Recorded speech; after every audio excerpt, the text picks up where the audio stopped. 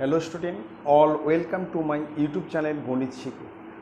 আজকে আমরা ক্লাস 9-এ রায়ান মার্টিন প্রশ্নবিচিত্রার মডেল কোশ্চেন পেপার 16 মানে 16 পেজ 202 শুরু করব। তোমরা কিন্তু অবশ্যই পুরো ভিডিও দেখবে।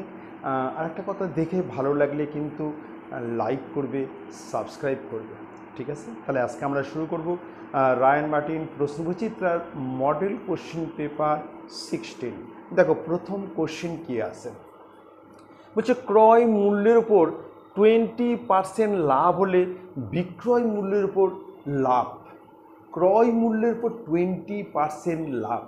আমি কিন্তু এর আগে বলেছি, যেটা দেওয়া থাকবে অঙ্কে সেটাই কিন্তু আমরা কিন্তু ধরে নেব। এখানে ক্রয় মূল্যের উপর 20% লাভ, আমরা কিন্তু ক্রয় মূল্য ধরে নেব 100 টাকা।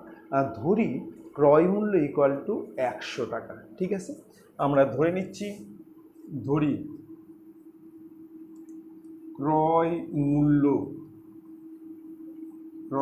মূল্য ইকুয়াল টু 100 টাকা, ঠিক আছে? এবার বলছে ক্রয় মূল্যের উপর 20% লাভ, মানে 100 টাকায় কিনে তুমি যদি 20 টাকা লাভে বিক্রয় করো, তাহলে বিক্রয় মূল্য হবে 100 প্লাস 20 ইকুয়াল টু 120 টাকা। ক্রয় মূল্যের উপর 20% লাভ। যখন ক্রয় মূল্যের উপর লাভ বলবে তখন আমরা কিন্তু যোগ করব, আর ক্ষতি বললে বিয়োগ করব। আর যদি বিক্রয় মূল্য আমরা 100 টাকা ধরতাম, তাহলে লাভ বললে বিয়োগ করতাম, আর ক্ষতি হলে যোগ করতাম, বিপরীত, ঠিক আছে? কিন্তু এখানে আমরা যেহেতু ক্রয় মূল্য 100 ধরছি, 20% লাভ মানে হচ্ছে 100 প্লাস 20 ইকুয়াল টু 120 টাকা।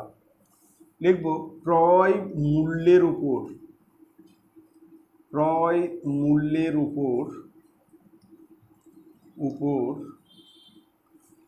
20% লাভ হলে বিক্রয় মূল্য ইকুয়াল টু 100 প্লাস 20 এত টাকা, সমান 120 টাকা। তাহলে ক্রয় মূল্যের উপর যদি 20% লাভ হয়, তাহলে বিক্রয় মূল্য হচ্ছে 100 প্লাস 20 ইকুয়াল টু 120 টাকা। এবার বলছে যে বিক্রয় মূল্যের উপর লাভ কত।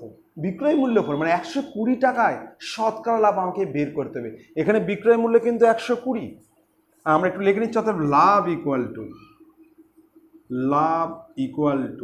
120 মাইনাস 100 ইকুয়াল টু 20 টাকা, ঠিক আছে? এবার বলছে এই যে বিক্রয় মূল্য, এই বিক্রয় মূল্যের উপর শতকরা লাভ, বিক্রয় মূল্যের উপর শতকরা লাভ কত সেটা আমাকে বের করতে হবে। এখানে বিক্রয় মূল্য হচ্ছে 120, তার মানে 120 টাকায় লাভ হয় 20 টাকা। একে কত, 100 কত, আমরা লিখবো এখানে যে 120 টাকায় লাভ হয় ইকুয়াল টু 20 টাকা। অতএব 1 টাকায় লাভ হয়, তাহলে 20 নিচে 120, অতএব 100 টাকায় লাভ হয়, মানে শতকরা বলতে 100 টাকায় কত লাভ। তাহলে এখানে হচ্ছে 20 ইন্টু 100, নিচে হচ্ছে 120, শূন্য কাটলাম, 2 দিয়ে কাটলে 6, 2 দিয়ে কাটলে 3, 2 দিয়ে কাটলে 50, সমান 50-এর নিচে 3 টাকা, 50-এ 3 টাকা, তার মানে 16.2%, 16.2%, ঠিক আছে? আমরা এবার অপশান দেখব। অপশান এ হচ্ছে 16.2%, অপশান বি হচ্ছে 9.1%, অপশান সি হচ্ছে 33.1%, আর ডি হচ্ছে 12.2%। তাহলে অপশান এ আমার অ্যান্সার হবে অপশান ই, এটা হচ্ছে অ্যান্সার, ঠিক আছে? খুব ভালো করে দেখবে। এবার চলে আসতেছি নেক্সট অঙ্কে।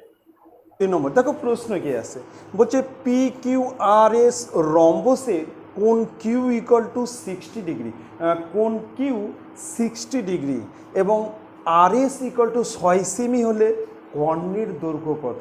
রম্বসের এখানে কর্ণের দৈর্ঘ্য বের করতে হবে। এবার প্রশ্ন হচ্ছে রম্বস কাকে বলে? যে চতুর্ভুজের চারটি বাহু সমান কিন্তু কোণগুলি সমকোণ নহে এবং কর্ণ দুটি অসমান, তাকেই হচ্ছে রম্বস বলে। আর যে চতুর্ভুজের চারটা বাহু সমান এবং প্রতিটা কোণই হচ্ছে 90 ডিগ্রি বা সমকোণ এবং কর্ণ দুটি সমান, তাকে কিন্তু বর্গক্ষেত্র বলে। ঠিক আছে, তাহলে আমরা প্রথমে ছবিটা এঁকে নেব, তাহলে আমাদের বুঝতে কিন্তু সুবিধা হবে। একটা রম্বস আঁকাচ্ছি, দেখো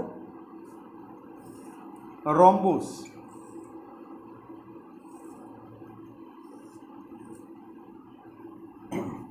নাম দিচ্ছি PQRS, এটা হচ্ছে RS PQ, তাহলে PQRS RS বাহুটা দেওয়া আছে, এটা দেওয়া আছে 6 সেমি। এটা যদি 6 সেমি হয় তাহলে প্রত্যেকটাই হচ্ছে 6 সেমি, এটা হচ্ছে 6 সেমি, এটাও হচ্ছে 6 সেমি। কারণ রম্বসের চারটি বাহু সমান হবে, বর্গক্ষেত্রেও চারটি বাহু সমান, কিন্তু দুটোর মধ্যে পার্থক্য হচ্ছে রম্বসের কোণগুলি সমকোণ নহে আর বর্গক্ষেত্রের কোণগুলি সমকোণ 90 ডিগ্রি। আর রম্বসের কর্ণ দুটি অসমান আর বর্গক্ষেত্রের কর্ণ দুটি সমান, এটাই হচ্ছে পার্থক্য। ঠিক আছে, এবার দেওয়া আছে কোণ কিউ। কোণ কিউ, এই কোণটা দেওয়া আছে 60 ডিগ্রি। এটা যদি 60 ডিগ্রি হয় তাহলে এই কোণও হবে 60 ডিগ্রি। তাহলে আমরা লিখব কোণ কিউ ইকুয়াল টু কোণ এস ইকুয়াল টু 60 ডিগ্রি। রম্বসের কিন্তু বিপরীত কোণ সমান হয়, কর্ণ দুটো বিপরীত কোণ দুটো কী হবে? সমান হবে, বিপরীত বাহু সমান, বিপরীত বাহু সমান্তরাল রম্বসের। তাহলে এই কোণ যদি 60 ডিগ্রি হয় তাহলে এটাও 60 ডিগ্রি, তার মানে 120 ডিগ্রি। এই দুটো কোণ যদি যোগ করি 120 ডিগ্রি, 120 ডিগ্রি কমপ্লিট। বাকি থাকলো এই দুটো কোণ, তাহলে কোণ পি, তাহলে আমরা লিখছি কোণ পি প্লাস কোণ R equal to 360 degree minus 60 degree plus 60 degree সমান সমান 360 ডিগ্রি মাইনাস 120 ডিগ্রি সমান সমান 240 ডিগ্রি। তাহলে কিন্তু এই যে কোণ পি আর কোণ আর এই দুটো কোণের যোগফল হবে 240 ডিগ্রি, কিন্তু এই দুটো কোণ তো সমান, কোণ পি আর কোণ আর তো সমান, তাহলে এক একটা কত করে হবে? 120 ডিগ্রি করে। কিন্তু কোণ পি ইকুয়াল টু কোণ R equal to 240 degree by 2, 120 degree, 120 degree. তার মানে এই কোণটা হবে 120 ডিগ্রি, এটা হচ্ছে 120 ডিগ্রি। এবার আমরা কর্ণ বের করব। মনে করে পি আর যুক্ত করলাম, এই পি আর কর্ণ, এই কর্ণ কত সেটা আমাকে বের করতে হবে। দেখো এটা যদি, এটা হচ্ছে 60 ডিগ্রি, এটা হচ্ছে 60 ডিগ্রি। এবার 120কে কর্ণ টানলে এই কোণটা হয়ে যাবে 60 ডিগ্রি, এই কোণটা হয়ে যাবে 60 ডিগ্রি। যখন আমরা কর্ণ টানলাম তখন দুটা কোণ কিন্তু সমান হবে কিন্তু, এবং প্রতিটা কোণ হবে 60 ডিগ্রি। তাই এটা কিন্তু একটা সমবাহু ত্রিভুজ। লিখবো ত্রিভুজ পি কিউ আর, ত্রিভুজ পি কিউ আর এর কোণ P Q R equal to কোণ Q R P equal to কোণ R P Q equal to 60 degree. এই তিন কোণ সমান, একটা কোণ পি কিউ আর, কোণ কিউ আর পি আর আর পি কিউ, তিনটা কোণ সমান এবং প্রতিটা হচ্ছে 60 ডিগ্রি। অতএব ত্রিভুজ পি কিউ আর একটি সমবাহু ত্রিভুজ, সমবাহু ত্রিভুজ। তাহলে এটা কিন্তু একটা সমবাহু ত্রিভুজ। সমবাহু যেহেতু তিনটা কোণ সমান তাহলে তিনটা বাহু সমান হবে। আমরা জানি যে ত্রিভুজে তিনটা বাহু সমান অর্থাৎ তিনটা কোণ সমান, সেই ত্রিভুজকে বলা হচ্ছে সমবাহু ত্রিভুজ। তার মানে হচ্ছে অতএব হচ্ছে P Q equal to P Q equal to Q R equal to কর্ণ পি আর। এই তিনটা বাহু কিন্তু সমান হবে, সমান সমান হচ্ছে 6 সেমি। যেহেতু এই দুটো বাহু 6 তাহলে এই বাহুটাও কিন্তু হবে 6 সেমি। এই বাহুটা কত হবে? 6 সেমি। অতএব পি আর ইকুয়াল টু 6 সেমি। কমপ্লিট। এবার আমরা অপশান দেখব। অপশান এ হচ্ছে 6√3 সেমি, অপশান বি হচ্ছে √3 সেমি, অপশান সি হচ্ছে 1/√3 সেমি, আর অপশান ডি হচ্ছে 6 সেমি। আমরা লিখব অ্যান্সার ডি। তাহলে এখানে অ্যান্সার হবে হচ্ছে ডি। ঠিক আছে, খুব ভালো করে দেখবে। এবার চলে আসতেছি নেক্সট অঙ্কে। 3 নম্বর বলছে মূল বিন্দু থেকে -x, -y বিন্দুর দূরত্ব। তাহলে আমাকে মূল বিন্দু থেকে -x, -y বিন্দুর দূরত্ব বের করতে হবে। আমি একটা কথা বলছি, মূল বিন্দুর স্থানাঙ্ক হলো 0,0। মূল বিন্দুর স্থানাঙ্ক হলো 0,0। আমি লিখছি যে মূল বিন্দুর স্থানাঙ্ক হলো 0,0। তাহলে মূল বিন্দুর স্থানাঙ্ক হচ্ছে 0,0। এবার দুটো বিন্দুর মধ্যে আমরা দূরত্ব বের করব। আমরা জানি দুটো বিন্দুর মধ্যে দূরত্বর ফর্মুলা হচ্ছে রুটের মধ্যে x1 - x2 তার whole square plus y1 - y2 তার হোল স্কয়ার, পাশে একক। দেখো আমি বার করছি। তাহলে একটা বিন্দু হচ্ছে 0,0 আর একটা হচ্ছে -x, -y। লিখব দুটি বিন্দুর মধ্যে দূরত্ব ইকুয়াল টু রুটের মধ্যে 0 মাইনাস, এখানে প্লাস হবে 0 + x তার হোল স্কয়ার প্লাস এটাও তাই 0 + y। এখানে মাইনাস আর ফর্মুলা মাইনাস মিলা প্লাস হবে, এখানেও তাই এই মাইনাস আর ফর্মুলা আর মাইনাস মিলা প্লাস, এত হোল স্কয়ার, পাশে হচ্ছে একক। এবার 0 আর x যোগ করলে x তার হচ্ছে হোল স্কয়ার প্লাস y তার হোল স্কয়ার একক সমান সমান রুটের মধ্যে x² প্লাস y² একক। ঠিক আছে, এবার আমরা অপশান দেখব। অপশান এ হচ্ছে রুটের মধ্যে x² মাইনাস y² একক, অপশান বি হচ্ছে রুটের মধ্যে x² প্লাস y² একক, অপশান সি হচ্ছে y² মাইনাস x², রুটের মধ্যে y² মাইনাস x² একক, আর অপশান ডি হচ্ছে মাইনাস রুটের মধ্যে x² প্লাস y² একক। তাহলে এখানে কিন্তু হবে অপশান বি। আমরা অ্যান্সার লিখব অপশান বি, এটা হচ্ছে অ্যান্সার। ঠিক আছে, খুব ভালো করে দেখবে। এবার চলে আসতেছি নেক্সট ডি নম্বর। নেক্সট হচ্ছে 1-4 নম্বর। দেখো প্রশ্ন আছে কি, সমান পরিসীমা বিশিষ্ট একটি বর্গক্ষেত্র এবং একটি আয়তক্ষেত্রের ক্ষেত্রফল যথাক্রমে এস এবং আর। বর্গক্ষেত্রের ক্ষেত্রফল এস আর আয়তক্ষেত্রের ক্ষেত্রফল হচ্ছে আর হলে বলছে option S equal to R, B number S greater than R, C হচ্ছে এস লেস দেন আর, আর ডি হচ্ছে এস ইকুয়াল টু 1/r। এখানে কিন্তু একটা বর্গক্ষেত্র আর একটা আয়তক্ষেত্রের পরিসীমার সমান, দুটার পরিসীমার সমান। এবার বর্গক্ষেত্রের পরিসীমার ফর্মুলা কি? বর্গক্ষেত্রের যেহেতু 4টি বাহু সমান, বর্গক্ষেত্রের 4টি বাহু সমান, অতএব পরিসীমা ইকুয়াল টু 4 ইন্টু বাহু।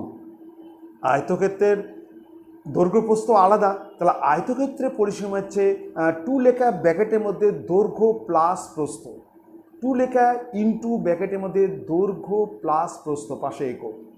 শর্ত অনুযায়ী এই দুটো হচ্ছে সমান। আমি একটু ছবি এঁকে নিচ্ছি। এটা একটা বর্গক্ষেত্র, এটা একটা বর্গক্ষেত্র। বর্গক্ষেত্র বাহু নাম দিয়ে দিচ্ছি এ বি সি ডি, একটা বর্গক্ষেত্র। এই বাহুর দৈর্ঘ্য আমি ধরে নিচ্ছি ছোট হাতের এ একক, এ একক। তাহলে আমি কিন্তু বর্গক্ষেত্রের বাহুর দৈর্ঘ্য ধরে নিচ্ছি ছোট হাতের এ একক। আর এটা একটা আয়তক্ষেত্র, এটা একটা আয়তক্ষেত্র। আয়তক্ষেত্র, এর নাম দিয়েছে, নামও দিয়েছে হচ্ছে EFGH। এর দৈর্ঘ্য ধরে নিচ্ছি x একক, প্রস্থ হচ্ছে y একক। তাহলে আমরা কিন্তু আয়তক্ষেত্রের দৈর্ঘ্য ধরছি x একক, ধরে নিচ্ছি x একক, প্রস্থ ধরে নিচ্ছি y একক। ঠিক আছে, এটা হচ্ছে বর্গক্ষেত্র, এটা বর্গক্ষেত্র, আর এটা হচ্ছে আয়তক্ষেত্র, এটা হচ্ছে আয়তক্ষেত্র। ঠিক আছে, আমরা একটু লিখে নিচ্ছি আগে প্রথমে। ধরি ধরি বর্গক্ষেত্রের বাহুর দৈর্ঘ্য ইকুয়াল টু ছোট হাতের a একক। তাহলে অতএব পরিসীমা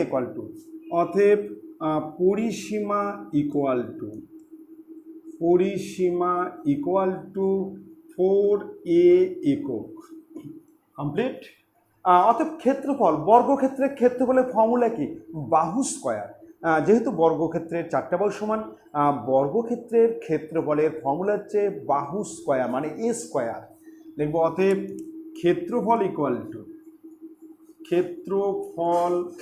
ইকুয়াল টু a স্কয়ার বর্গ একক।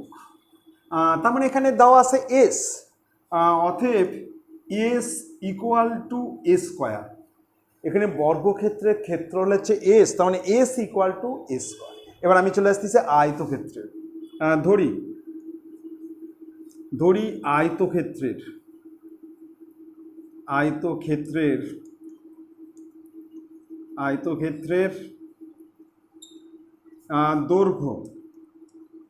দৈর্ঘ্য ইকুয়াল টু x একক। ধরি আয়তক্ষেত্রের প্রস্থ ইকুয়াল টু y একক। অতএব পরিসীমা ইকুয়াল টু 2 লেখা ব্র্যাকেটে দৈর্ঘ্য প্লাস প্রস্থ, মানে 2 লেখা ব্র্যাকেটের মধ্যে x প্লাস y। আমি এখানে দৈর্ঘ্য x ধরেছি, প্রস্থ y ধরেছি, তাহলে x প্লাস y এত একক। অতএব ক্ষেত্রফল আয়তক্ষেত্রের ক্ষেত্রফলের ফর্মুলা হচ্ছে দৈর্ঘ্য গুণন প্রস্থ, তার মানে x গুণন y বর্গ একক, মানে xy বর্গ একক। ক্ষেত্রফল হচ্ছে xy বর্গ একক, তার মানে হচ্ছে r। তাহলে r ইকুয়াল টু xy, তাহলে xy মানে হচ্ছে r। এবার দেখো এখানে বলছে যে বর্গক্ষেত্রের পরিসীমা আর আয়তক্ষেত্রের পরিসীমা হচ্ছে সমান, মানে সমান পরিসীমা বিশিষ্ট। শর্তানুসারে 4a ইকুয়াল টু 2 লেখা ব্র্যাকেটে x প্লাস y, তার মানে বর্গক্ষেত্রের পরিসীমা আর আয়তক্ষেত্রের পরিসীমা কি শর্তানুসারে সমান। দেখো লিখছি, শর্তানুসারে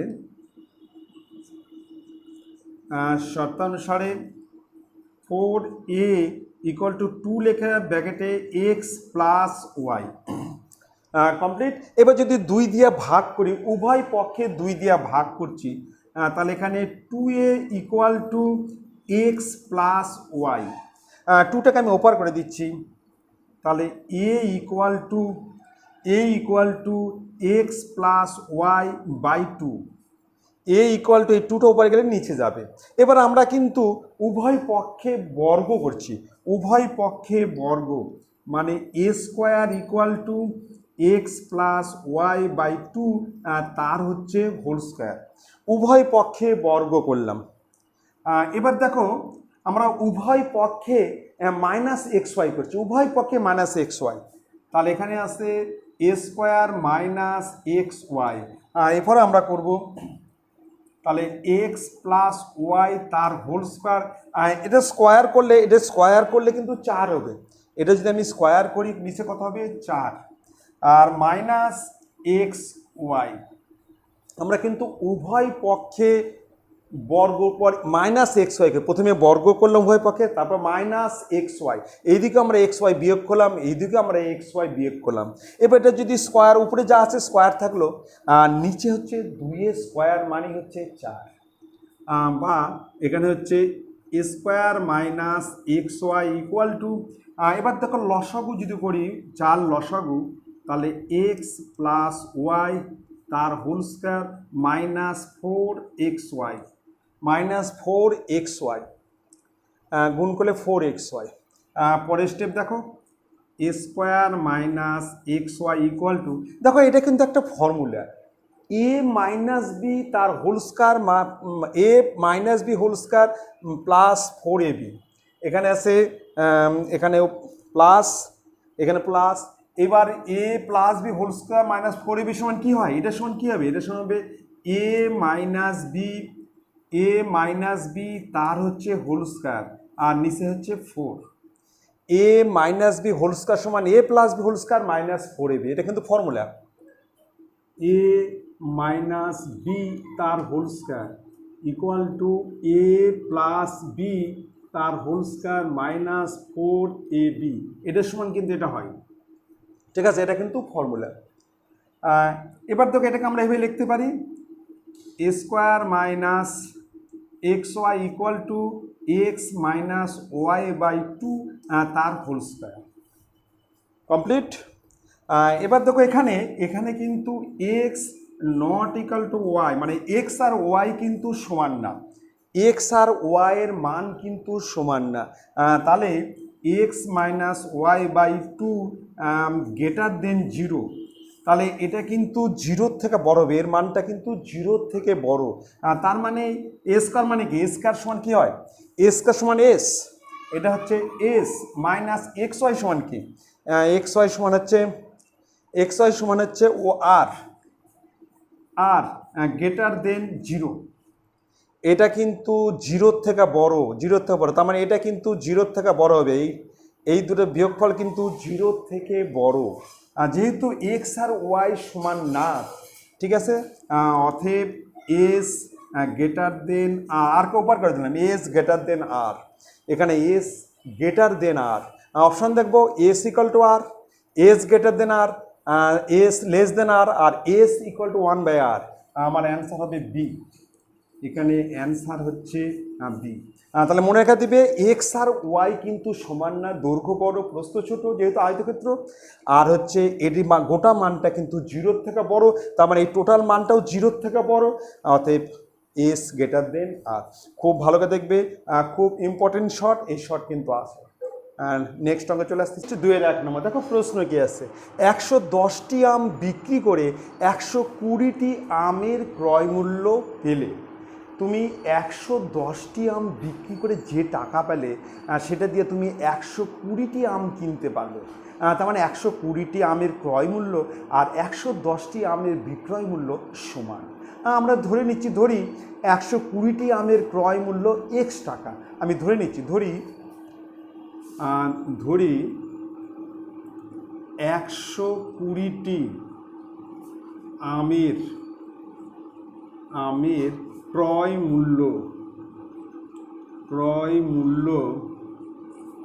ইকুয়াল টু এক্স টাকা, তাহলে আমি কিন্তু ধরে নিলাম যে 120টি আম আমরা কিনেছি এক্স টাকা দিয়ে, এবার 110টি আমের বিক্রয় মূল্য এক্স টাকা, মানে 120টি আমের ক্রয় মূল্য আর 110টি আমের বিক্রয় মূল্য সমান।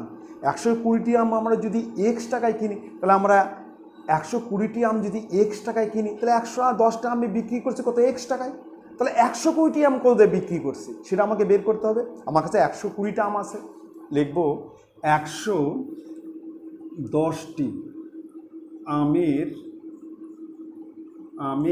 বিক্রয় মূল্য ইকুয়াল টু এক্স টাকা, অতএব একটি আমের বিক্রয় মূল্য এক্সের নিচে 110 টাকা, অতএব 120টি আমের বিক্রয় মূল্য, তাহলে এক্স ইন্টু 120 নিচে 110, তাহলে এখানে 12x বাই 11 টাকা। দেখো এখানে একটা জিনিস লক্ষ্য করো, আমরা কিন্তু 120টা আম কিনেছি এক্স টাকা দিয়ে, 120টি আমের ক্রয় মূল্য এক্স টাকা, আবার 120টি আম বিক্রি করছি 12x বাই 11 টাকা, তাহলে আমাদের তো লাভ হয়েছে, এটা তো বড়। অতএব লাভ হয় ইকুয়াল টু, অতএব লাভ equal to 12x/11 minus x, মানে বিক্রয় মূল্য মাইনাস ক্রয় মূল্য। লাভ হলে বিক্রয় মূল্য মাইনাস ক্রয় মূল্য, আর ক্ষতি হলে ক্রয় মূল্য মাইনাস বিক্রয় মূল্য। 11 লসাগু, তাহলে এখানে 12x মাইনাস 11x, তার মানে x/11 টাকা। তাহলে আমাদের কিন্তু লাভ হয়েছে x/11 টাকা। তাহলে এটা শতকরা লাভ কত? তার মানে x টাকায় লাভ হয় x/11 টাকা। 1 হলে কত, 100 হলে কত? আমাকে কিন্তু ক্রয় মূল্য উপর ধরতে হবে শতকরা লাভ। তার মানে x টাকা, আমি ক্রয় মূল্য কত, x টাকা। x টাকায় লাভ হয় x/11 টাকা। 1 হলে কত আর 100 হলে কত? আমরা লিখব x টাকায় লাভ হয় ইকুয়াল টু x/11 টাকা। অতএব 1 টাকায় লাভ হয় x এর নিচে 11 গুণন x, অতএব শতকরা মানে 100 টাকায় লাভ হয়। তাহলে x গুণন 100 আর নিচে 11 গুণন x। যখন 1 হবে তখন এক্সটা কিন্তু নিচে ডিভাইডেড হবে, আর যখন 100 হবে এটা কিন্তু ইনটু মানে উপরে যাবে। এক্স কেটে গেল, তাহলে 100 নিচে 11 টাকা, 100 নিচে 11 টাকা, তাহলে 9/99, তাহলে 9.1-11%, এটা হচ্ছে অ্যান্সার। 9.1-11%। দেখো খুব ভালো দেখো, লক্ষ্য করবে আমরা কিন্তু ক্রয় মূল্যটা এক্স টাকা ধরে নিলাম, মানে 120টি আম সে কিনেছে মানে ক্রয় করেছে এক্স টাকা দিয়ে। এবার 110টা আম বিক্রি করছে এক্স টাকা দিয়ে। একটা আম বিক্রি করেছে কত, আর 120টা আম বিক্রি করলে কত? সেটা হচ্ছে 12x/11 টাকা। কিনেছে এক্স টাকা দেয়, বিক্রি করলে এটা, অতএব লাভ মানে এটা মাইনাস এটা, বিক্রয় মূল্য মাইনাস ক্রয় মূল্য। ঠিক আছে, এবার এক্স টাকায় লাভ হয় এটা, 1-এ কত, 100 কত। এবার চলে আসতেছি নেক্সট 2-2 নম্বর। দেখো ABCD সামন্তরিকের বিসি বাহুর মধ্যবিন্দু ই। ABCD একটা সামন্তরিক আছে যার বিসি বাহুর মধ্যবিন্দু ই। ডিই এবং বর্ধিত এবি, পরস্পর হচ্ছে এ বিন্দুতে মিলিত হয়। দেখা হচ্ছে AF equal to 2AB, AF equal to 2AB। আমি একটা কথা বলে নিচ্ছি যে সামন্তরিকে কিন্তু বিপরীত বাহু সমান, বিপরীত কোণ সমান, বিপরীত বাহু সমান্তরাল এবং কর্ণ দুটি পরস্পরকে সমকোণে সমদ্বিখণ্ডিত করে। ঠিক আছে, আমি একটা সামদ্রিক এঁকে নিচ্ছি, খুব ভালো করে দেখবে।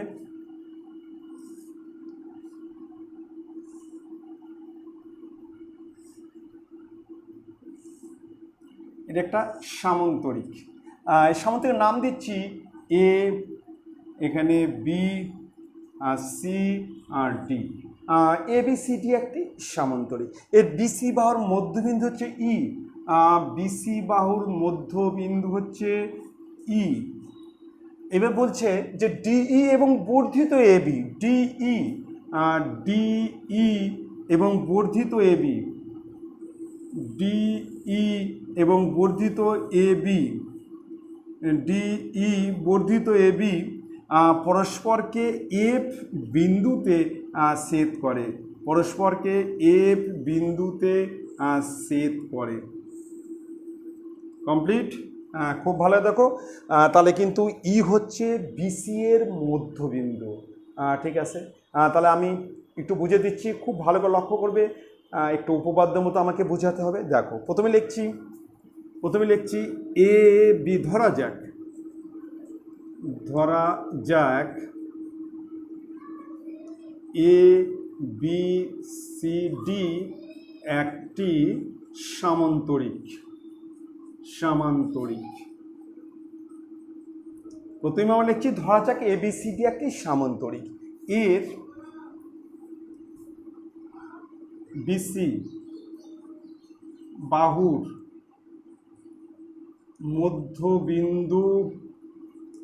মধ্যবিন্দু হলো ই, অর্থাৎ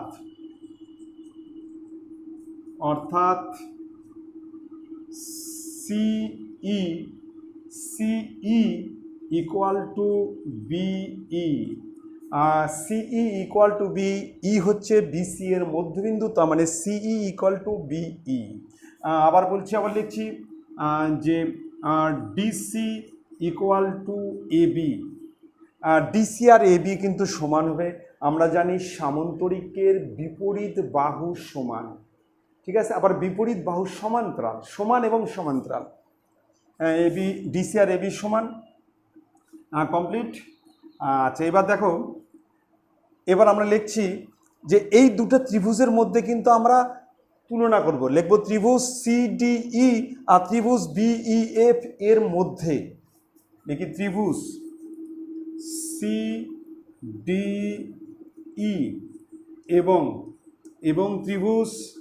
ত্রিভুজ বিইএফ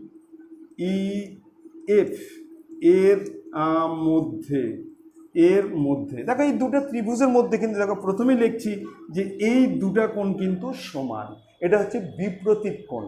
এই কোণ আর এই কোণ সমান হবে, এটাকে বলা হচ্ছে বিপ্রতীপ কোণ। কোণ সিইডি, কোণ সিইডি ইকুয়াল টু কোণ এফইবি, এটা হচ্ছে বিপ্রতীপ কোণ, বিপ্রতীপ কোণ সমান।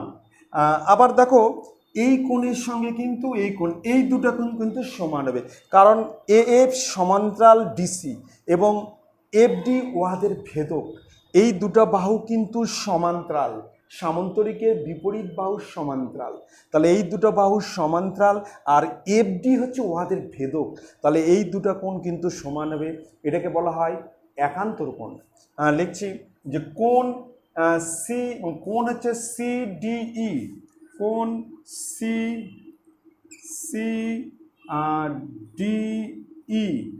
ইকুয়াল টু কোণ বিএফই।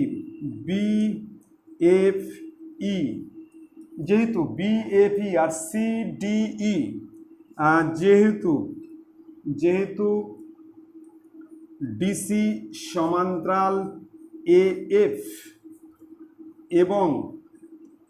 এবং এফডি উহাদের ভেদক, এফডি উহাদের ভেদক, এটাকে বলা হচ্ছে একান্তর কোণ। এটা হচ্ছে একান্তর কোণ। আর সিইর সঙ্গে বিই সমান, এই দুটো বাহু কিন্তু সমান। সিই ইকুয়াল টু বিই, যেহেতু ই হচ্ছে বিসি এর মধ্যবিন্দু, এখানে লেখা আছে সিই ইকুয়াল টু বিই। অতএব ত্রিভুজদ্বয় সর্বসম, অতএব ত্রিভুজ সিডিই সর্বসম ত্রিভুজ বিইএফ। অতএব ত্রিভুজ দুটা কিন্তু সর্বসম। এটা হচ্ছে লিখবো আমরা হচ্ছে সর্বসমতার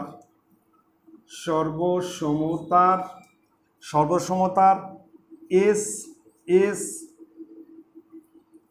সর্বসমতার এস শর্তানুসারে, মানে কোন বাহু শর্তানুসারে, ঠিক আছে।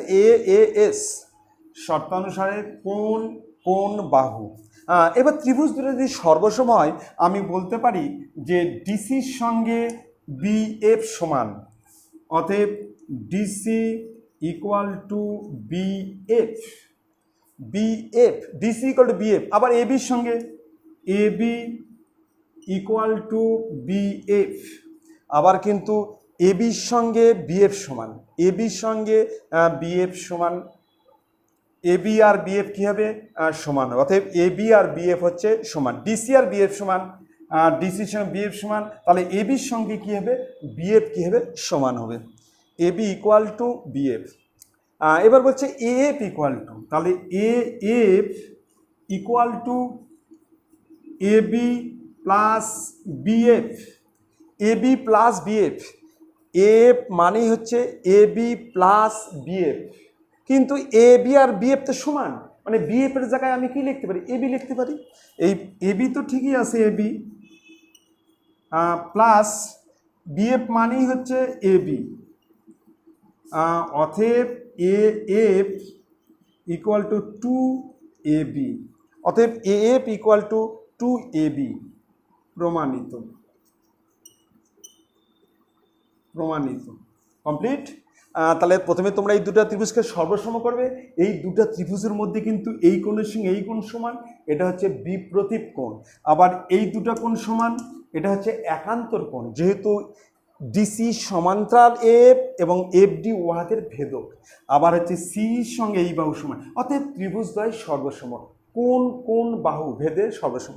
যখনই সর্বসম তখন এই বাহুর সঙ্গে এই বাহু সমান, কিন্তু এর সঙ্গে তো এটাও সমান হয়ে যাবে। অতএব F equal to AB plus BF, মানে এবি প্লাস এবি, 2ab। তাহলে আমরা লিখতে পারি যে F equal two 2ab। Complete. খুব ভালো করে দেখো। চলে আসতেছি নেক্সট। এটা হচ্ছে 2-3 নম্বর। বলছে মূল বিন্দু থেকে পি হচ্ছে a, -8 বিন্দু দূরত্ব 10 একক। মূল বিন্দু থেকে, মূল বিন্দু স্থানাঙ্ক হচ্ছে 0,0। যদি পি বিন্দুটি তৃতীয় পাদে অবস্থিত হয়, তবে এ এর মান কত সেটা আমাকে বের করতে হবে। আচ্ছা ঠিক আছে, আমি একটু অক্ষ এঁকে নিচ্ছি।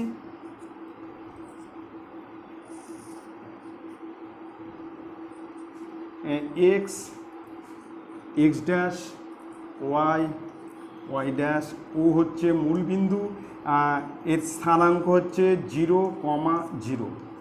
ঠিক আছে, এটা হচ্ছে দুটাই প্লাস, এটা হচ্ছে প্রথম পাদ, এটাকে বলা হচ্ছে প্রথম পাদ। এটা হচ্ছে মাইনাস প্লাস, এটা হচ্ছে দ্বিতীয় পাদ। এটা হচ্ছে দুটাই মাইনাস, এটা হচ্ছে তৃতীয় পাদ। আর এটা হচ্ছে প্লাস মাইনাস, এটা হচ্ছে চতুর্থ পাদ। হচ্ছে বিন্দুটি তৃতীয় পাদে এখানে অবস্থিত, এই জায়গার মধ্যে অবস্থিত। আমাকে এর মান বের করতে হবে। তাহলে আমরা প্রথমে লিখে নিচ্ছি মূল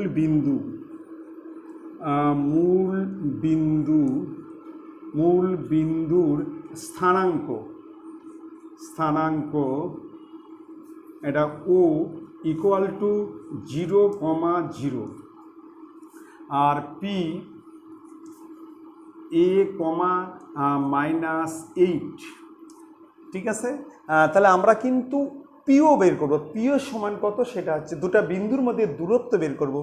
লিখব পি ও ইকুয়াল টু রুটের মধ্যে a -0 তার হচ্ছে হোল স্কয়ার প্লাস 0 - a বা a মানে 0, আর একটা হচ্ছে -8 -0 তার হোল স্কয়ার, পাশে হচ্ছে একক, সমান সমান। তাহলে এখানে a তার হোল স্কয়ার প্লাস -8 তার হোল স্কয়ার, পাশে হচ্ছে একক, রুটের মধ্যে a স্কয়ার প্লাস 64 এত একক। এবার শর্তানুসারে এটা ইকুয়াল টু 10 একক। এখানে দেওয়া আছে দূরত্ব হচ্ছে 10 একক, দুটা বিন্দুর মধ্যে দূরত্ব 10 একক। শর্তানুসারে এটা ইকুয়াল টু 10 লিখব। শর্তানুসারে রুটের মধ্যে a square plus 64 equal to 10। আমরা কিন্তু উভয় পক্ষে বর্গ করব, উভয় পক্ষে বর্গ। তাহলে এটা হচ্ছে a square plus 64 equal to 100। 10 square হচ্ছে 100। ঠিক আছে, তাহলে এখানে a স্কয়ার ইকুয়াল টু 100 - 64, তাহলে a স্কয়ার ইকুয়াল টু 36। তাহলে a ইকুয়াল টু রুটের মধ্যে 36, তাহলে a equal to 6 plus minus plus a square সমান 36, a স্কয়ার ইকুয়াল টু 36 এখানে করছি। তাহলে a equal to plus minus root 36, তাহলে a equal to plus minus 6। তাহলে a এর মান, তাহলে a ইকুয়াল টু একটা 6 আর একটা a ইকুয়াল টু -6। যেহেতু তৃতীয় পাদে বলেছে, যেহেতু বিন্দুটি তৃতীয় পাদে অবস্থিত, আমরা লিখব যেহেতু যেহেতু যেহেতু বিন্দুটি তৃতীয় পাদে অবস্থিত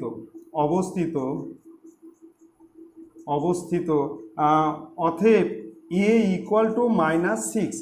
তৃতীয় পাদে কিন্তু দুটা বিন্দুই হবে মাইনাস, এখানে এক্স এর মানও হবে মাইনাস, ওয়াই এর মানও মাইনাস, অতএব এ ইকুয়াল টু কী হবে 6 হবে। অ্যান্সার হচ্ছে এটা, এর মান হচ্ছে -6। যেহেতু তৃতীয় পাদে দুটাই কিন্তু মাইনাস, অতএব এ সমান কত হবে -6। আমরা +6টা ধরবো না, আমরা কিন্তু -6টা ধরবো।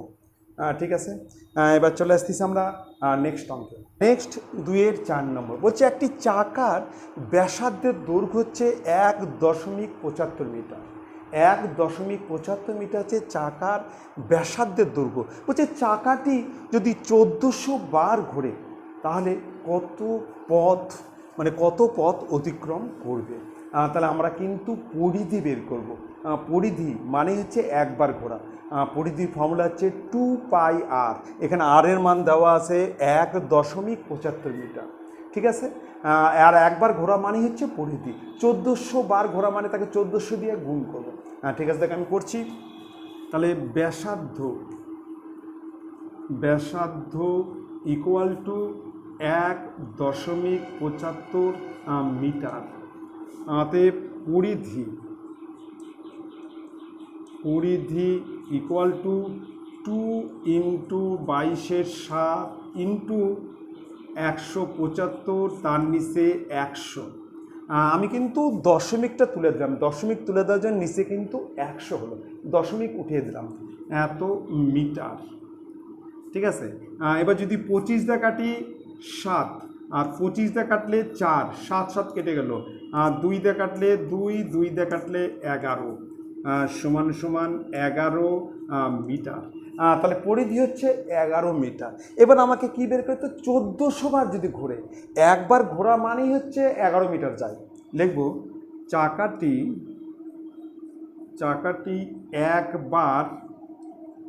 একবার ঘুরলে যায় ইকুয়াল টু 11 মিটার। অতএব চাকাটি 1400 বার ঘুরলে যায় 11 × 1400 এত মিটার। 11 × 1400 মিটার সমান 4 11 44, 4 হাতে হলো 4, 11 11 আর 4 15 এত মিটার। এবার এটাকে আমরা কিমি করছি, মিটারকে কিমি করতে গেলে 1000 দিয়ে ভাগ করতে হয়, 1000 মিটারে 1 কিমি। তাহলে আমরা একে 1000 দিয়ে ভাগ করব, 15 তার নিচে হচ্ছে 1000 এত কিমি। এইবার কিন্তু কিমি হলো, দুটো শূন্য কেটে দিলাম, তাহলে হচ্ছে 15.4 কিমি, 15.4 কিমি, এটা হচ্ছে অ্যান্সার। তাহলে 15.4 কিমি।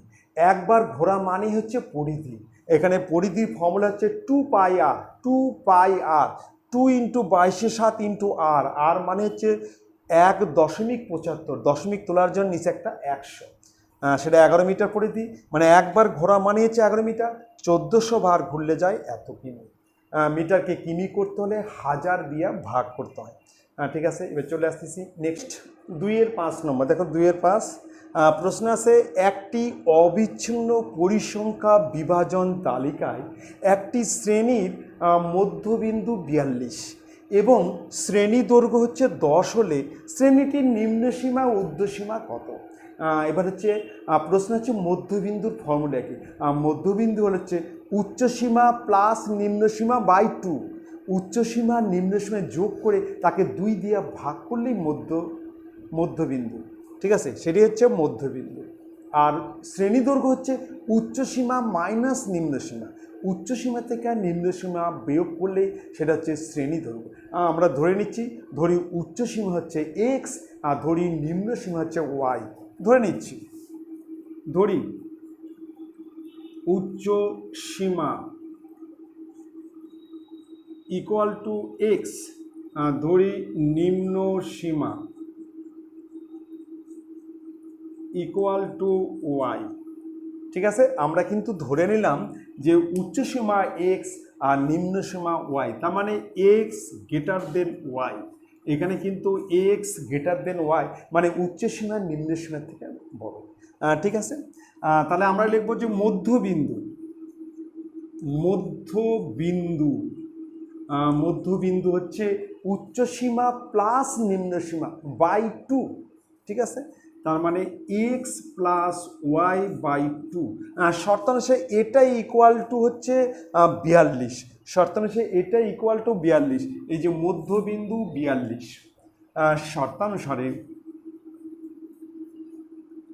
শর্তানুসারে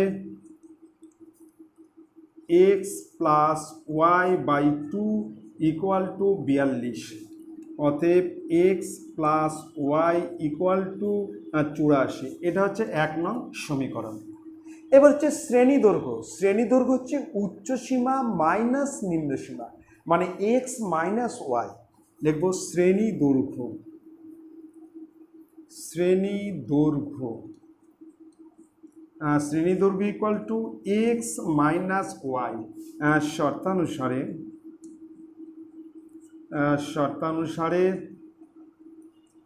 x minus Y equal to, দেখো শ্রেণী দৈর্ঘ্য, শ্রেণী দৈর্ঘ্য 10, এখানে শ্রেণী দৈর্ঘ্য দেওয়া আছে 10, তার মানে X minus Y equal to 10। এটা হচ্ছে 2 নং সমীকরণ। এবার আমরা 1 আর 2 সমাধান করব এবং সেটা অপনয়ন পদ্ধতিতে সমাধান করব। পাশাপাশি দুটো সমীকরণকে আমরা লিখে নেব। একটা হচ্ছে X plus Y equal to 84, আর একটা হচ্ছে X minus Y equal to 10। আমরা প্রথমে কিন্তু যোগ করব, দুটো সমীকরণকে আমরা যোগ করছি, তাহলে ওয়াই ওয়াই কেটে যাবে। 2x ইকুয়াল টু 94, অতএব x ইকুয়াল টু 94 নিচে 2 আর 4 দুগুণ 8, 47, তাহলে 47 মানে x ইকুয়াল টু 47। এবার এই দুটো সমীকরণকে আমরা আবার বিয়োগ করব, বিয়োগ মান বসাবো না, বিয়োগ করছি। দেখো x plus Y equal to 84, আবার X minus Y equal to 10। এবার আমরা কিন্তু বিয়োগ করব, মাইনাস প্লাস মাইনাস। এবার এই দুটাকে কাটবে, তাহলে 2y ইকুয়াল টু 74। 84 থেকে 10 বিয়োগ 74, অতএব ওয়াই ইকুয়াল টু 74-এর নিচে 2, 74 নিচে 2, 3 দুগুণ 7, তাহলে 37। তাহলে ওয়াই ইকুয়াল টু 37। তাহলে কিন্তু আমরা এক্স আর ওয়াইয়ের মান পেয়ে গেলাম। এবার আমরা লিখব উচ্চ সীমা হচ্ছে 47, উচ্চ সীমা ইকুয়াল টু 47 আর নিম্ন সীমা ইকুয়াল টু 37। এটা হচ্ছে অ্যান্সার। খুব ভালো করে দেখো, তাহলে এখানে মধ্যবিন্দু মানে হচ্ছে উচ্চ সীমা প্লাস নিম্ন সীমা বাই 2, আর শ্রেণী দৈর্ঘ্য হচ্ছে উচ্চ সীমা মাইনাস নিম্ন সীমা। ঠিক আছে, খুব ভালো করে দেখো। আমি চলে আসতেছি নেক্সট অঙ্কে। 3 নম্বর দেখো, এক পুস্তক প্রকাশক 2000 কপি 2000 কপি বই ছাপার জন্য 3875 টাকার কাগজ কিনতে। 2000 কপি বই ছাপাবে, তার জন্য তাকে কাগজ কিনতে হয়েছে 3875 টাকার। 3315 টাকা ছাপাতে লাগছে এবং 810 টাকা হচ্ছে বই বাঁধাতে খরচ পড়ে। বলছে তিনি এরপর পুস্তক বিক্রেতাদের 20% ছাড় দিয়ে নিজেও আবার 20% লাভ করবে। তাহলে প্রতিটি বইয়ের ধার্য মূল্য কত, প্রতিটি বই সে কত টাকা লিখে রাখবে, প্রিন্ট কত। তাহলে আমি প্রথমে কিন্তু 2000 কপি বইয়ের উৎপাদন ব্যয় বের করব। 2000 কপি বইয়ের উৎপাদন ব্যয় লিখব 2000 কপি বইয়ের উৎপাদন ব্যয় ইকুয়াল টু 3875 প্লাস 3315 প্লাস 810 এত টাকা। তাহলে আমরা কিন্তু যোগ করব সে কত টাকার কাগজ কিনেছে, কত টাকা তাকে ছাপাতে লেগেছে আর কত টাকা বই বাঁধাতে লাগছে, এই টোটাল হচ্ছে 2000 কপি বই তৈরি করতে তার খরচ হয়েছে। সমান সমান হচ্ছে এখানে যে 5 5 10 শূন্য, হাতে থাকলো 1, 2 3 3 আর সাথে 10 শূন্য, হাতে থাকলো 1, 9 3 12, 12 8 20 শূন্য, হাতে থাকলো 2, 8000। তাহলে তার 8000 টাকা টোটাল খরচ করেছে, মানে 2000 কপি বই তৈরি করতে তার কিন্তু 8000 টাকা খরচ হয়েছে। তাহলে এক কপি বইয়ের উৎপাদন ব্যয় কত, একটা বই, এক কপি বই তৈরি করতে তার কত খরচ হয়েছে সেটা আমরা বের করব। লিখব এক কপি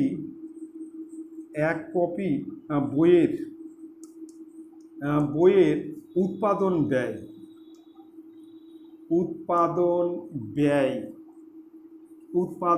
ব্যয় ইকুয়াল টু, তাহলে 8000 বাই 2000, তাহলে 4 টাকা সমান 4 টাকা। তাহলে এক কপি বই ছাপাতে তার তো মোট খরচ পড়েছে 4 টাকা। এবার সে কিন্তু 20% লাভ করবে। 20% লাভ করতে হলে সে কত টাকা বিক্রি করবে? তার উৎপাদন ব্যয় যদি 100 টাকা হয়, তার বিক্রয় মূল্য হবে 120 টাকা। 20% লাভ মানে 100 টাকা যদি তৈরি করতে খরচ পড়ে, সে বিক্রি করবে 120 টাকা, 20% লাভে। তাহলে আমরা লিখব 20% লাভে, অর্থাৎ উৎপাদন ব্যয়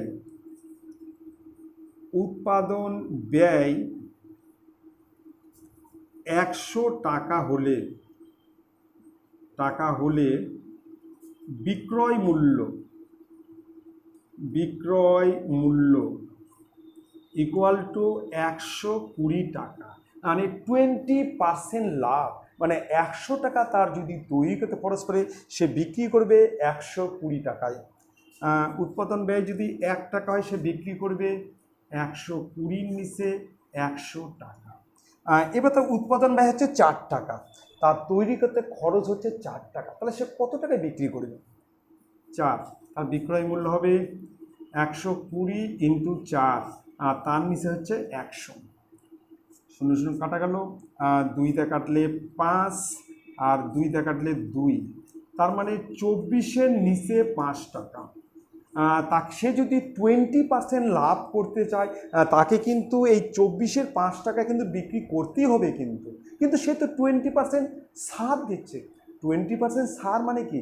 বিক্রয় মূল্য যদি 100 টাকা হয়, না বিক্রয় মূল্য যদি 80 টাকা হয়, তাহলে ধার্য মূল্য 100 টাকা, মানে বইয়ের দাম লেখা থাকবে 100 টাকা, সে বিক্রি করবে 80 টাকা, সেটাই তো 20% ছাড়। লিখব 20% ছাড়, এখানে লিখছি 20% ছাড়, অর্থাৎ বিক্রয় মূল্য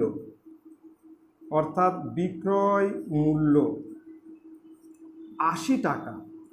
80 টাকা হলে ধার্য মূল্য ইকুয়াল টু 100 টাকা, মানে 100 টাকার দাম লেখা থাকলে সে বিক্রি করবে 80 টাকা, সেটাই তো 20% ছাড়। অর্থাৎ বিক্রয় মূল্য 1 টাকা হলে ধার্য মূল্য 100 নিচে 80, আর বিক্রি সে কত করবে? তাকে কিন্তু 24-এর 5 টাকা কিন্তু বিক্রি করতেই হবে, নাহলে তার কিন্তু 20% লাভ হবে না, সে এই টাকায় বিক্রি করবে। তাহলে তার ধার্য মূল্য কত লেখা থাকবে? বিক্রি করবে হচ্ছে 24-এর নিচে 5 টাকা, তাহলে ধার্য মূল্য হচ্ছে 100 গুণন 24 আর নিচে 80 গুণন 5, 80 গুণন 5, শূন্য শূন্য কেটে দিলাম। এই 8 দিয়ে কাটলে হচ্ছে 3, 8 দিয়ে কাটলে 3 আর 5 দিয়ে কাটলে হচ্ছে 2, সমান 6 টাকা। তাহলে ধার্য মূল্য কত হচ্ছে? 6 টাকা। তাহলে বইয়ের দাম সে লিখে রাখবে, মানে প্রিন্ট করবে 6 টাকা। যদি সে 6 টাকা প্রিন্ট করে, তাহলে সে যদি 20% ছাড় দেয়, তাহলে তার 24-এর 5 টাকায় বিক্রি হবে, আর 24-এর 5 টাকা বিক্রি করলে তার লাভ হবে 20%, যেহেতু সে উৎপাদন ব্যয় হচ্ছে 4 টাকা, যেহেতু বইয়ের উৎপাদন ব্যয় 4 টাকা। লিখব অতএব ধার্য মূল্য ইকুয়াল টু 6 টাকা, এটা হচ্ছে অ্যান্সার। ঠিক আছে, খুব ভালো করে দেখো। এবার চলে আসতেছি আমি নেক্সট অঙ্কে। নেক্সট 4 নম্বর, দেখো এটা সমাধান করো। x/3 equal to y/4, x/3 equal to y/4, এটা হচ্ছে 1 নং সমীকরণ। আর 7x - 5y ইকুয়াল টু 2, এটা হচ্ছে 2 নং সমীকরণ। আমরা কিন্তু অপনয়ন পদ্ধতিতে সমাধান করব। আমরা যে কোনো একটা মিলাবো, হয় x অথবা y মিলাবো। যদি x মিলে কেটে দেই তাহলে আমরা প্রথমে y এর মান পাবো, আর যদি y মিলে কেটে দেই তাহলে প্রথমে আমরা x এর মান পাবো। হ্যাঁ, আমি করছি, দেখো।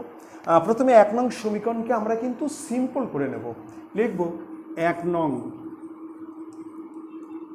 সমীকরণ থেকে পাই, 1 নং সমীকরণ থেকে পাই, সমীকরণ আছে x/3 ইকুয়াল টু y/4। আমরা কিন্তু বজ্র গুণন করব, তাহলে 4x ইকুয়াল টু 3y। বজ্র গুণন করলাম, 4x ইকুয়াল টু 3y। এবার 3yটাকে এপার নিয়ে আসবো, অতএব 4x - 3y ইকুয়াল টু 0। এটা হচ্ছে 3 নং সমীকরণ। এবার আমরা কিন্তু 2 আর 3 এর মধ্যে সমাধান করব। আমরা ওয়াইকে মিলাবো, ওয়াইকে মিলাতে গেলে আমরা 2 নং সমীকরণকে গুণ করব 3 দ্বারা, আর 3 নং সমীকরণকে গুণ করব 5 দ্বারা। তাহলে আমার কিন্তু ওয়াই মিলে যাবে।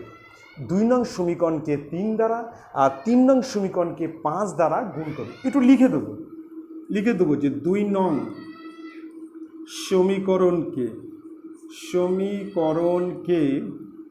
2 নং সমীকরণকে 3 দ্বারা এবং 3 নং সমীকরণকে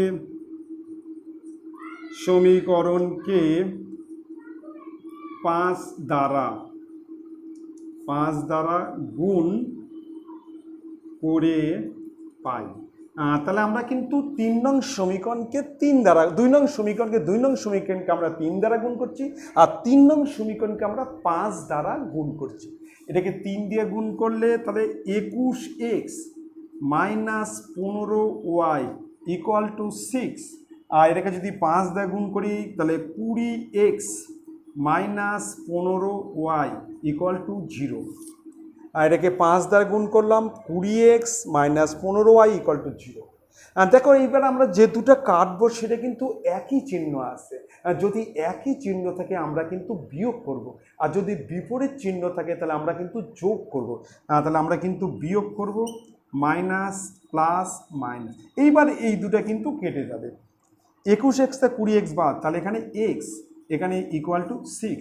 আমরা কিন্তু x এর মান পেয়ে গেলাম, x ইকুয়াল টু 6। এবার x এর মানটা আমরা কিন্তু 1 নং সমীকরণে বসিয়ে দেবো। 1 নং সমীকরণে আমরা x এর মান বসিয়ে দেবো, সেটা কিন্তু আমরা লিখে দেবো কিন্তু লিখবো 1 নং সমীকরণে x এর মান বসিয়ে পাই। তাহলে 1 নং সমীকরণে আমরা x এর মান বসিয়ে দিচ্ছি, ঠিক আছে। এবার 1 নং সমীকরণটা কি আছে, x/3 ইকুয়াল টু y/4।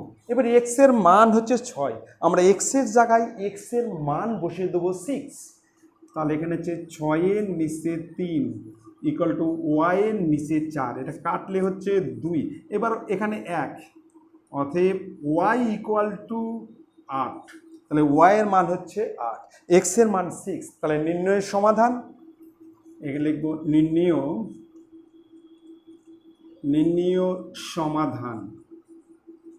নির্ণয় সমাধান x ইকুয়াল টু 6 আর y ইকুয়াল টু 8। এটা হচ্ছে অ্যান্সার। x এর মান 6 আর y এর মান হচ্ছে 8, ঠিক আছে। এবার চলে আসতেছি আমি নেক্সট অঙ্ক। আর নেক্সট 8 নম্বর, দেখো 385 × 60 মিটার পরিমাপের আয়তাকার একটা চাতাল আছে। বলছে পাকা করতে সর্ববৃহৎ কত মাপের বর্গাকার টাইলস ব্যবহার করা যাবে, এবং সেক্ষেত্রে টাইলসের সংখ্যা কত হবে। দুটো জিনিস আমাকে বের করতে হবে, কত মাপের বর্গাকার টাইলস সে ব্যবহার করবে, আর সেক্ষেত্রে টাইলসের সংখ্যাই বা কত হবে।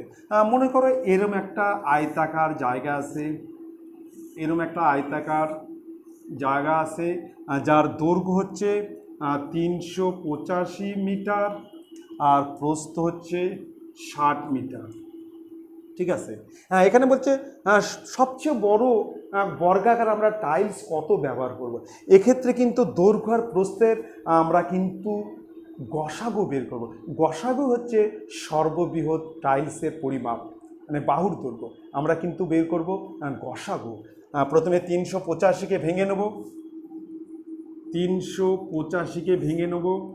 এটাকে ভাঙলে প্রথমে 5 দিয়ে 5 সাথে 35 আর 77, 7 দা করলে 11, তাহলে 385 ইকুয়াল টু 5 গুণন 7 গুণন 11, 5 সাথে 35, 36 37, 5 সাথে 35। ঠিক আছে, এবার 60কে ভাঙাবো, 5 দা করলে 12 আর 3 দা করলে 4, 2 দা করলে 2, তাহলে আমরা লিখবো 60 ইকুয়াল টু 5 গুণন 3 গুণন 2 গুণন 2। এখানে দেখো গসাগু, গসাগু মানে যেটা হচ্ছে কমন, যেটা সবার মধ্যে আছে। এখানে দেখো 5, এটাই হচ্ছে নির্ণয়ের গসাগু, 5 হচ্ছে নির্ণয়ের গসাগু, গসাগু হচ্ছে কমন। অতএব গসাগু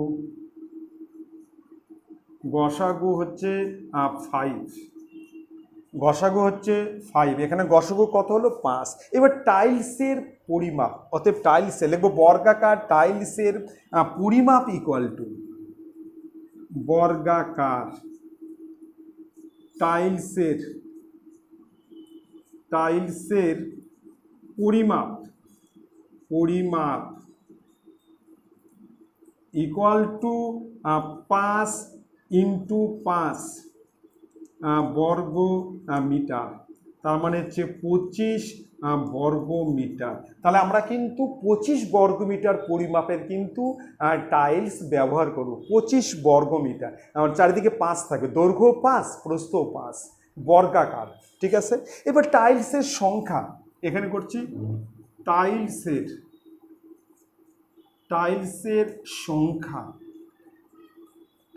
সংখ্যা ইকুয়াল টু 385 গুণন 60 আর তার নিচে হচ্ছে 5 গুণন 5 মানে 25। আমরা কিন্তু ওটাকে 25 দিয়ে ভাগ করব, এত টি। 5 দা করলে হচ্ছে 12 আর 5 দা করলে হচ্ছে 5 সাথে 35, 77, তাহলে 7 12 84 4, 7 12 84 4, 7 12 84 4 আর তাহলে 8, 7 12 84 আর 8 হচ্ছে 92, এতটি। তারপরে টাইলসের সংখ্যা হচ্ছে 924টি। এবারে আমরা অ্যান্সার লিখব, টাইলসের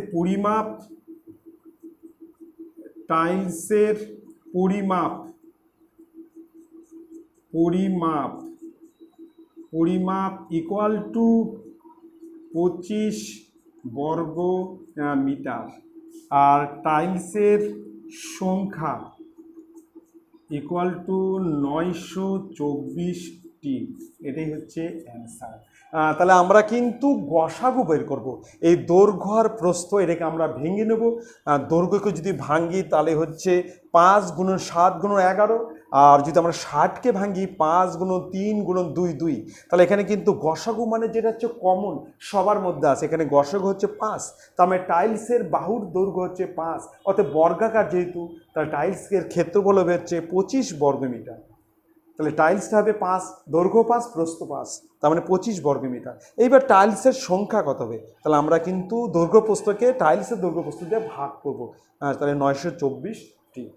ঠিক আছে, এবার চলে আসতেছি নেক্সট অঙ্কে। নেক্সট 9 নম্বর, দেখো প্রশ্ন আছে, একজন সাইকেল আরোহী একটি বৃত্তাকার পথে বাইরের ও ভিতরের ধার ধরে বরাবর সম্পূর্ণ একবার ঘুরতে যে সময় লাগে তার অনুপাত হচ্ছে 20:19।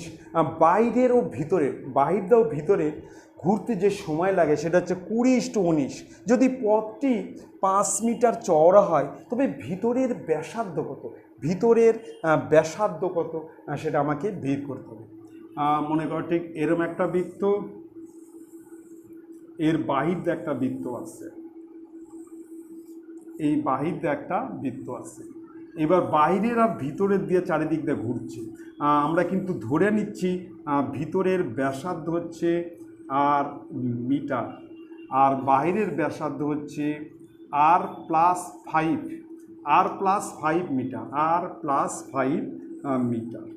ঠিক আছে, এই ভিতরের ব্যাসার্ধ আমরা ধরে নিচ্ছি r মিটার, আর বাইরের ব্যাসার্ধ ধরে নিচ্ছি r+5 মিটার। একে ধরি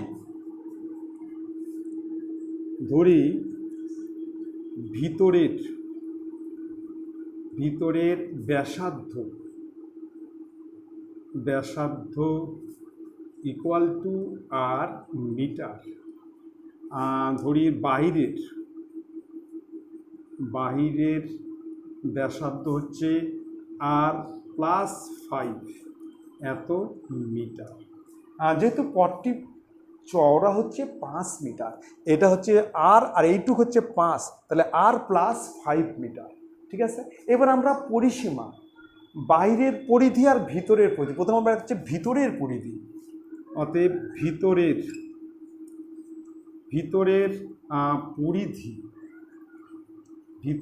পরিধি ইকুয়াল টু 2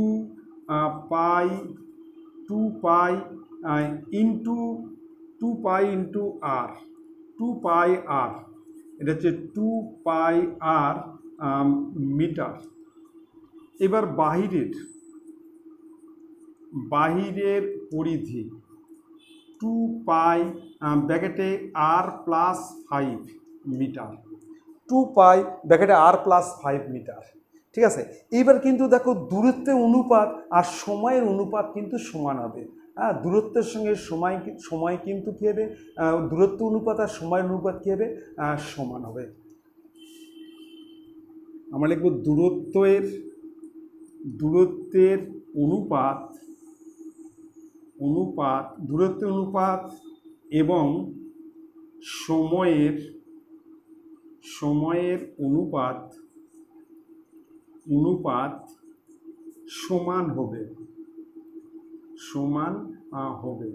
ঠিক আছে, দূরত্ব অনুপাত আর হচ্ছে সময়ের অনুপাত কি হবে, সমান হবে। তাহলে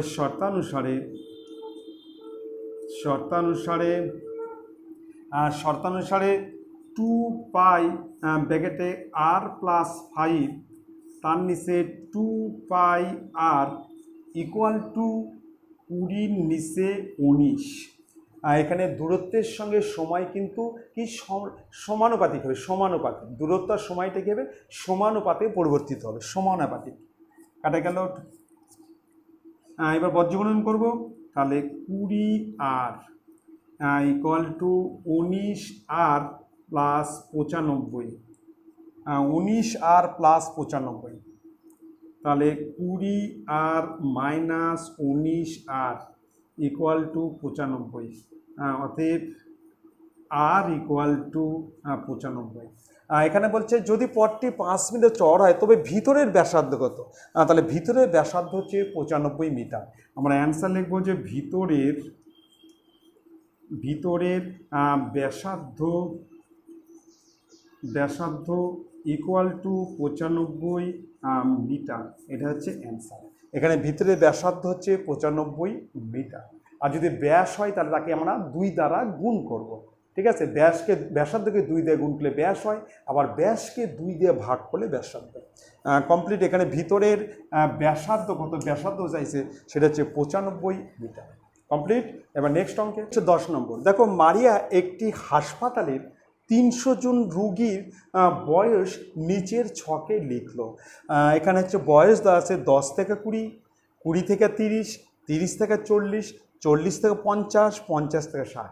প্রথমে 10 থেকে 20 আছে 80 জন, 20 থেকে 30 আছে 40 জন, 30 থেকে 40 আছে 50 জন, 40 থেকে 50 আছে 70 জন, 50 থেকে 60 আছে 40 জন, আর 60 থেকে 70 আছে 20 জন।